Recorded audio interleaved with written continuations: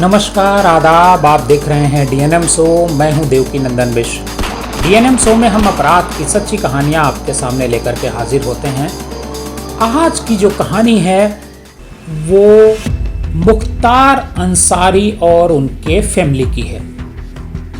अतीक अहमद के बाद जो मुख्तार अंसारी हैं, उनके जो भाई हैं अफजाल अंसारी, जो गाजीपुर से सांसद हैं, वो भी सजा याफ्ता हो चुके हैं। और सजा मिलने के बाद अफजाल अंसारी की जो सांसदी है वो जा चुकी है, मतलब सदन में अब वो अयोग्य घोषित हो चुके हैं। योगी की जो सरकार है उसके पूरा अंसारी परिवार रडार पर है इस समय। आज के इस एपिसोड में हम आपको बताएंगे कि आखिर मुख्तार और अफजाल के खिलाफ कितने मुकदमे दर्ज हैं और क्या क्या इन पर आरोप है और कैसे कैसे ये अभी तक बचते रहे हैं।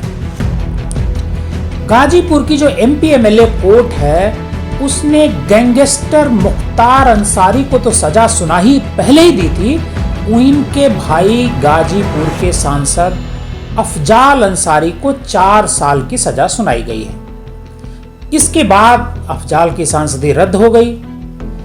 62 साल के मुख्तार अंसारी मऊ में 2005 के सांप्रदायिक दंगों के एक मामले में पुलिस के सामने अक्टूबर 2005 में आत्मसमर्पण किया था। तब से वो जेल में बंद हैं। इस दंगे में 7 लोग मारे गए थे। मुख्तार पर आरोप है कि वो पिछले 18 वर्षों से जेल के भीतर बंद तो हैं, लेकिन वहीं से अपने गैंग को चला रहे हैं। मुख्तार और अफजाल के खिलाफ कुल 97 मुकदमे दर्ज हैं। मुख्तार अंसारी 5 बार विधायक रहा है। 2005 में मुख्तार को जब जेल भेजा गया तब वह मऊ सदर से 2 बार विधायक चुना जा चुका था। एक बार बसपा के टिकट पर 1996 में और एक बार निर्दलीय 2002 में। जेल में रहते हुए मुख्तार मऊ सदर से विधायक लगातार निर्वाचित होते रहे। 2007 में एक निर्दलीय उम्मीदवार के रूप में 2012 में कौमी एकता दल के टिकट पर मुख्तार अंसारी ने चुनाव जीता। 2017 में भी मुख्तार ने जीत हासिल की और 2022 में मुख्तार के बड़े बेटे अब्बास को इस सीट से उतारा गया। मुख्तार चुनाव नहीं लड़े, लेकिन अब्बास चुनाव लड़े और वह जीत भी गए। पुलिस का जो डेटा है वो बताता है कि मुख्तार और उनके परिवार के खिलाफ 97 मामले दर्ज हैं, जिनमें अकेले मुख्तार के खिलाफ 61 मुकदमे हैं। इनमें से 12 मुकदमे 2019 के बाद दर्ज किए गए हैं। इनमें हत्या का एक मामला और 4 यूपी गैंगस्टर एक्ट और एंटी सोशल एक्टिविटीज अधिनियम के तहत है। मुख्तार के बड़े भाई अफजाल अंसारी गाजीपुर से बसपा के सांसद रह चुके हैं, लेकिन अब वो सदन द्वारा अयोग्य ठहराए जा चुके हैं। उनके खिलाफ 7 मामले थे, जिनमें से 4 में उन्हें अदालतों से क्लीन चिट मिल गई थी। 29 अप्रैल 2023 को गैंगस्टर एक्ट के तहत एक मामले में उन्हें कोर्ट ने 4 साल की सजा सुनाई।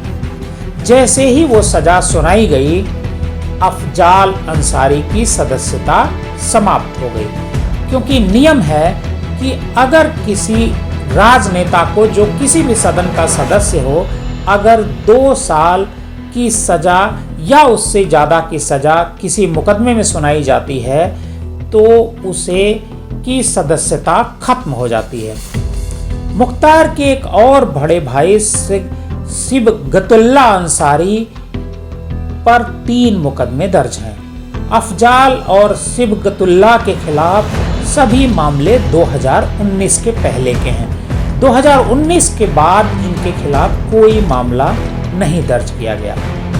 मुख्तार की जो पत्नी अफसा हैं, उनके खिलाफ भी 11 मामले हैं। उनके जो बड़े बेटे अब्बास अंसारी जो मऊ से विधायक चुने गए, उनके खिलाफ भी 8 मामले दर्ज हैं। अब्बास की जो पत्नी निखत बानो हैं, उनके खिलाफ 1 मुकदमा और मुख्तार के जो छोटे बेटे हैं उमर, जिनकी उम्र 25 साल है, उनके खिलाफ भी 6 मामले दर्ज हैं। ये सारे मामले 2019 के बाद से पंजीकृत हुए हैं। उमर और अब्बास इनमें से कुछ मामलों में दोनों में आरोपी हैं। अब्बास पर मनी लॉन्ड्रिंग का भी आरोप है और इसी मामले में वो जेल में है, जबकि उमर जो उनका भाई है, उसके खिलाफ एक हेट स्पीच का मामला चल रहा है, जिसमें पुलिस उसकी तलाश कर रही है। 2017 के बाद से योगी की सरकार ने अंसारी परिवार, उनके रिश्तेदारों और सहयोगियों से संबंधित 575 करोड़ रुपए की संपत्ति को जब्त किया और कई को ध्वस्त किया। सरकार ने निर्माण में अनियमितताओं का हवाला दिया और कहा कि गाजीपुर जिले में एक ही परिवार के स्वामित्व वाले कई अवैध संपत्तियां हैं। एक होटल को भी ध्वस्त कर दिया गया। मुख्तार अंसारी 90 के दशक की शुरुआत में संगठित अपराध में आया। कई ऊंची कीमतों वाली सरकारी परियोजनाओं के लिए उसने ठेके हासिल किए और ठेके हासिल करने के लिए ही वो अपराध की दुनिया में आया। इसके साथ ही मुख्तार जबरन वसूली का रैकेट चलाना शुरू कर दिया। जल्द ही 1990 के बाद वो अपना गिरोह बना चुका था। 90 के दशक के मध्य तक मुख्तार ने चुनाव में उतरने का ऐलान कर दिया था। 2017 तक उसने मऊ से लगातार 5 विधानसभा चुनाव में जीत हासिल की, जिनमें से 3 में वह जेल में रहते हुए चुनाव जीता। अगर आपको हमारी ये कहानी पसंद आई हो तो हमारे इस चैनल को सब्सक्राइब कीजिएगा, लाइक कीजिएगा और ज़्यादा से ज़्यादा लोगों को शेयर कीजिएगा।